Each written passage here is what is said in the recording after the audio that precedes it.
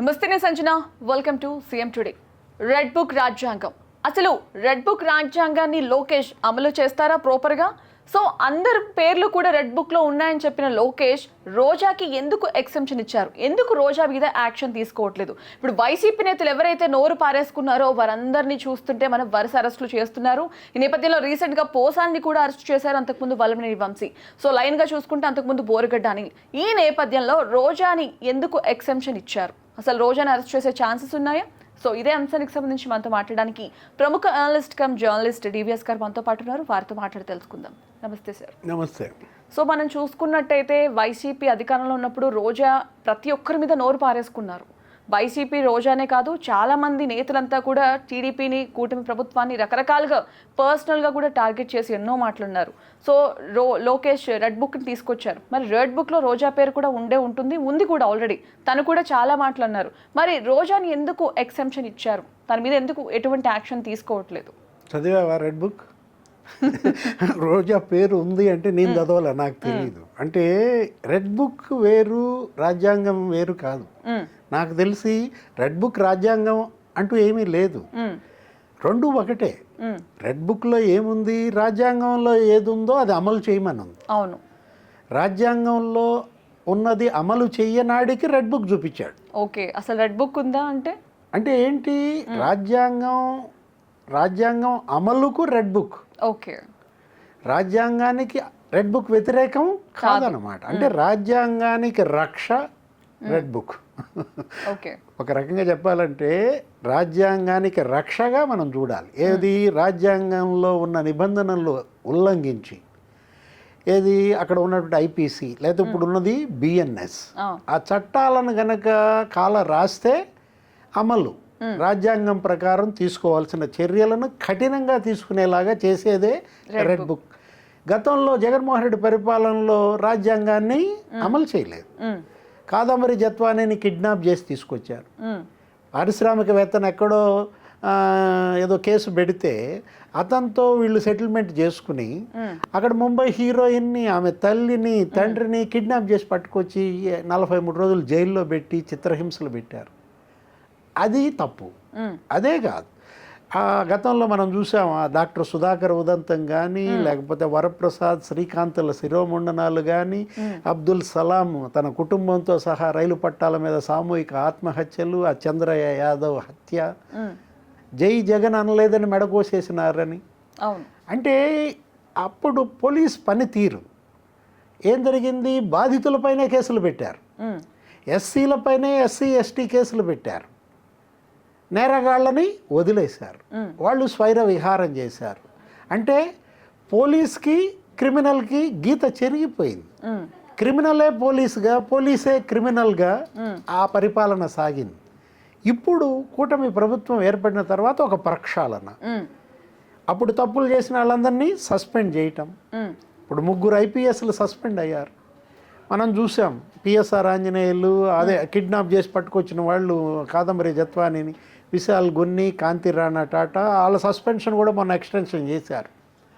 అంటే పోలీస్ అయినా క్రిమినల్ అయినా చట్టాన్ని కనుక అతిక్రమిస్తే ఒకటే, శిక్షార్హుడే. అది ఇప్పుడు జరుగుతోంది. రోజా పేరుంది, రోజాని ఎందుకు ఇంతవరకు అరెస్ట్ చేయలేదు అంటే వెయిటింగ్ ఫర్ ఆపర్చునిటీస్ కాబోలు. అంతేనా? ఇప్పుడు ఏది వల వేస్తున్నారు, ఆ వలలో పడాలా, ఏది ఆ పిట్టలో, ఆ మృగాలో ఉచ్చు బిగిస్తారు. ఇప్పుడు వల్లభనేని వంశీ ఎందుకు అరెస్ట్ చేశారు? భువనేశ్వరి మేడంని దుర్భాషలాడినందుకో, లోకేష్ పుట్టుక అతను మాట్లాడు బూతులు వాటి మీద కాదు కదా. అతను అరెస్ట్ చేసింది ఎందుకు? సత్యవర్ధన్ కిడ్నాప్. అవును, అప్పట్లో హైలైట్ ఎపిసోడ్. ఒక దళిత యువకుడు ఇతని మీద కేసు పెట్టిన సత్యవర్ధన్ని కిడ్నాప్ చేసేసరికి ఏం జరిగింది? చిక్కుకున్నాడు, వలలో పడ్డాడు. వెంటనే ఉచ్చు బిగిసింది. మరి ఇప్పటికి జైల్లో దగ్గర 30 రోజులు ఏమో అవుతుంది.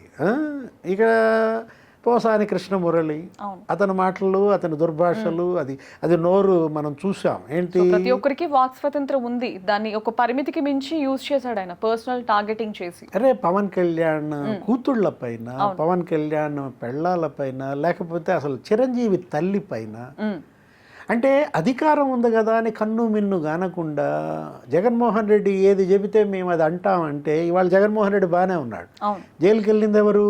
ఉమ్. పోసాని కృష్ణమురళి. అతను ఇవాళ నాకు కడుపులు నొప్పి అని ఒక డ్రామా ఆడతాడు, లేకపోతే న్యాయమూర్తినే బెదిరించాడని సో నాకు 2 చావే రోజుల్లో శరణ్యం బెయిల్ అంటాడు. ఇవ్వకపోతే అదే, నాకు చావే శరణ్యం అంటుండు. 2 రోజుల్లో బెయిల్ ఇవ్వకపోతే సూసైడ్ చేసుకుంటానని జడ్జితో ఎవరన్నా అంటారా? ఆ. అంటే ఈ వీళ్ళల్లో ఫ్రస్ట్రేషన్ ఏ స్థాయికి వెళ్ళింది అనేది అర్థం. ఇతను చూసి వాడెవడో ఇంకొకడు మెడనొప్పి అన్నాడు. ఉమ్. ఎవరు? ఆ వర్ర రవీంద్రారెడ్డి.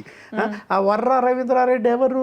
సునీత మీద, షర్మిల మీద, విజయమ్మ మీదే కామెంట్స్ చేశారు, ఫేస్బుక్ లో పోస్టులు పెట్టారు. అరే అసలు రాజశేఖర రెడ్డికి పుట్టలేదు షర్మిల అని. ఇలాంటియా ప్రోత్సహించేది? ఇలాంటియా అనేది? చనిపోయి రాజశేఖర రెడ్డి ఎక్కడున్నాడో ఆయన బిడ్డగా మీరు ఆ అమ్మాయిని గౌరవించాలా, అంతే తప్ప అలా విజయం అనే వీళ్ళు చేశారంటే వీళ్ళు ఎక్కడుండాలి?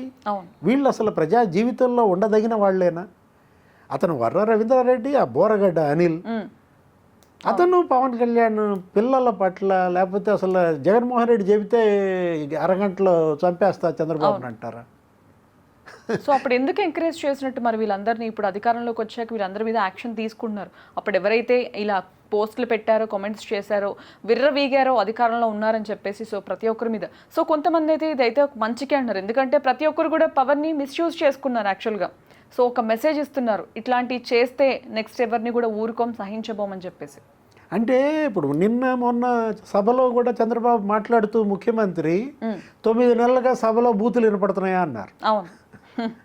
అంటే బూతులు లేని సభగా ఇవాళ శాసనసభ మళ్ళీ తన పోయిన గౌరవాన్ని దక్కించుకున్న తీరు గతంలో మనం చూసాం. కొడాలి నాని, చాలా ద్వారంపూడి చంద్రశేఖర్ రెడ్డి, లాంగ్వేజ్ యూజ్ చేశారు అసలు. ఆ జోగి రమేష్ అయితే రఘురామకృష్ణరాజుని పచ్చి బూతులు తిట్టడం, జగన్మోహన్ రెడ్డి పక్క నుండి నవ్వుకోవటం.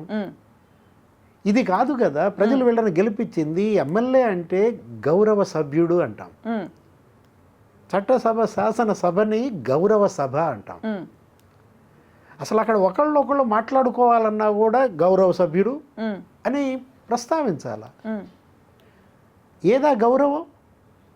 అగౌరవ సభ చేశారు. ఇప్పుడు జగన్మోహన్ రెడ్డిని మనం ఉద్దేశించి మాట్లాడాలంటే అగౌరవ సభ్యుడు జగన్మోహన్ రెడ్డి అనాలా? అంటే వీళ్ళు శాసనసభకే ఒక కళంకంగా మారిన పరిస్థితుల్లో ఇప్పుడు సభకు వెళ్ళాలంటే ముఖం జల్లని పరిస్థితి. జగన్మోహన్ రెడ్డి సభ బాయ్కాట్ చేయటం అంటే ఏంటి? బూతులు వినపడితేనే సభకి వెళ్తాడా? ఇప్పుడు శాసనసభలో బూతులు లేవు కాబట్టి వెళ్ళడా? ఇప్పుడు రోజా అంశం కూడా అది జరుగుతున్నాయి, ఆమె పైన ఎంక్వైరీలు జరుగుతాయి. ఆంధ్రకి సంబంధించి కూడా ఆవిడ చాలా అవినీతి ఆరోపణలకు పాల్పడింది. ఈవెన్ జగన్ ని కూడా బ్లాక్మెయిల్ చేసింది. నగరీ సీట్ తనకి తప్ప ఇంకెవరికి ఇవ్వద్దని చెప్పేసి కూడా తను చెప్పిన పరిస్థితి కనిపించింది.